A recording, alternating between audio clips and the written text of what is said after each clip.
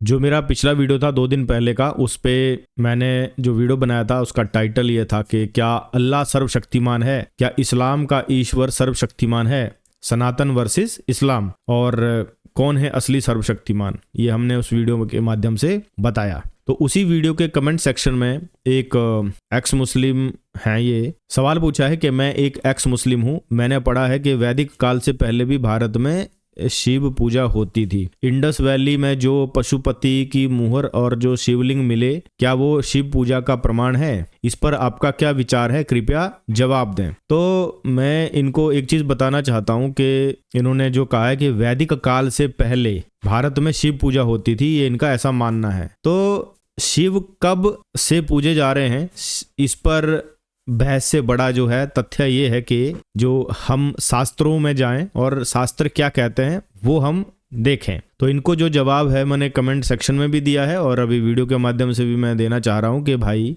आपने जो पूछा है तो उसका सही जवाब जो है वो शास्त्रों में ही मिलता है। सबसे पहली बात यह है कि वेद और पुराण कोई बाहर से आए हुए ग्रंथ नहीं है, जबकि हमारे वेदों में ही वर्णन किया हुआ है कि जो वेद और पुराण है वो कहाँ से उत्पन्न हुए हैं, यज्ञ से, देववाणी के रूप में। तो अथर्ववेद 11:7-24 में लिखा हुआ है कि देववाणी यज्ञ से प्रकट होती है, इसलिए वेद और पुराण एक ही सनातन के मूल से निकले हुए हैं। और अब दूसरी बात यह है कि शिव पूजा वेद काल से थी या नहीं। देखो, शास्त्रों में शिव शब्द का अर्थ है कल्याणकारी और वह निराकार परमात्मा का रूप और गुण है। और पुराणों और आगमों में भी यही निराकार जो ब्रह्म है साकार रूप धारण करता है, जिसे हम भगवान शिव कहते हैं। तो हमारे शास्त्रों का जब गहन अध्ययन किया जाता है तो शास्त्रों में साफ लिखा हुआ है कि ईश्वर जगत की रचना करते हैं और उस समय अपने आप को 5 रूपों में वो विभक्त करते हैं, जिसमें उत्पत्ति, स्थिति और संभार, और निग्रह और अनुग्रह। तो सृष्टि की जब उत्पत्ति होती है तो वही सर्वशक्तिमान ईश्वर जो है वो ब्रह्मा रूप में उत्पन्न होते हैं। जब सृष्टि की स्थिति यानी कि पालन करना होता है तो वो विष्णु रूप में सृष्टि का पालन करते हैं और फिर अलग अलग अवतार लेते हैं, जैसे राम आदि, कृष्ण आदि रूप में। और जब संहार करना होता है, प्रलय करना होता है, तो वो शिव रूप में सृष्टि का प्रलय करते हैं। और दुष्टों का निग्रह करने के लिए वो देवी माता के रूप में प्रकट होते हैं, जो हम नवदुर्गा की पूजा भी करते हैं। 9 रूपों में देवी माता प्रकट होती हैं, निग्रह करती हैं ये दुष्टों का। और अनुग्रह के रूप में गणपति या गणेश रूप में जो है वही सर्वशक्तिमान ईश्वर गणेश का रूप धारण करते हैं, यानी गणपति का रूप धारण करते हैं। इन 5 क्रियाओं को करने वाला एक ही परम ब्रह्म है। इसलिए कहा जाता है कि शिव कोई अलग सत्ता नहीं है, शिव उस परम ब्रह्म का साकार स्वरूप है और वेदों से ही शिव का स्वरूप उत्पन्न हुआ है। तो इनका ये प्रश्न था कि वैदिक काल से पहले शिव पूजा होती थी। तो सबसे पहली बात है, जब वेदों से ही शिव के स्वरूप का वर्णन वेदों में भी किया गया है, तो फिर वैदिक काल से पहले शिव की पूजा होती थी, ये कहना जो है वो लॉजिकली गलत है। क्योंकि वेद जो है सृष्टि के उत्पत्ति के साथ ही भगवान के श्वास रूप में उत्पन्न हुए हैं। तो इसीलिए जैसे ईश्वर अनादि और अनंत है, वैसे वेद भी अनादि और अनंत हैं। और ये शतपथ ब्राह्मण हमारा ग्रंथ है, उसमें वर्णन है कि जो वेद है वो श्वास रूप में ईश्वर से उत्पन्न है। जब सृष्टि की उत्पत्ति होती है तो यही वेद ज्ञान जो है वो ऋषियों को दिया जाता है ब्रह्मा के थ्रू,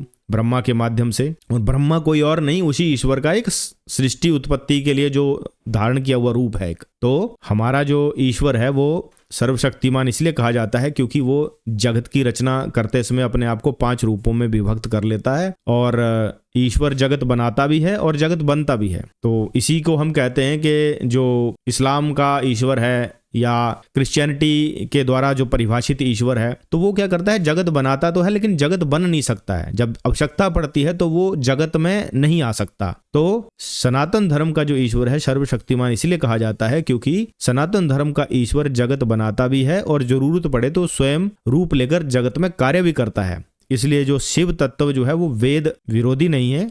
ये नहीं कहा जा सकता कि शिव की पूजा वैदिक काल से पहले होती थी, ठीक है। और शिव जो है वो उसी साकार ब्रह्म का एक रूप है जो संहार, अनुग्रह, सृष्टि, स्थिति जैसी 5 कार्यों का धारक है। इसलिए शिव कब पूजे जा रहे थे, इस पर बहस से बड़ा तथ्य यह है कि शिव वही सनातन परमात्मा का कार्य रूप है। इसमें कोई विरोध नहीं है बल्कि पूर्ण सामंजस्य है और ये शास्त्र सम्मत भी है। अब बहुत सारे लोगों को जब अधूरा ज्ञान होता है तो वो इस तरह की बातें सोशल मीडिया पे फैलाते हैं, और आप तक भी शायद ऐसी ही कोई बात पहुंची होगी, इसलिए आपने ये प्रश्न किया है ना। और शिव कोई अलग देवता नहीं है, बल्कि वही निराकार परमात्मा का एक कार्य रूप है, एक रूप है, एक रूप धारण कर लिया तो वो शिव है। शिव कोई अलग देवता नहीं है। इसलिए सनातन में ईश्वर को हम क्या कहते हैं, सर्वशक्तिमान, क्योंकि ईश्वर जगत बनाता भी है, जगत बनता भी है। इंडस वैली की वस्तुएं जो हैं वो प्रत्यक्ष प्रमाण नहीं है, इससे कोई फर्क नहीं पड़ता, क्योंकि शिव तत्व वेदों से ही सिद्ध है। शिव जो है वो निराकार ब्रह्म का साकार स्वरूप है।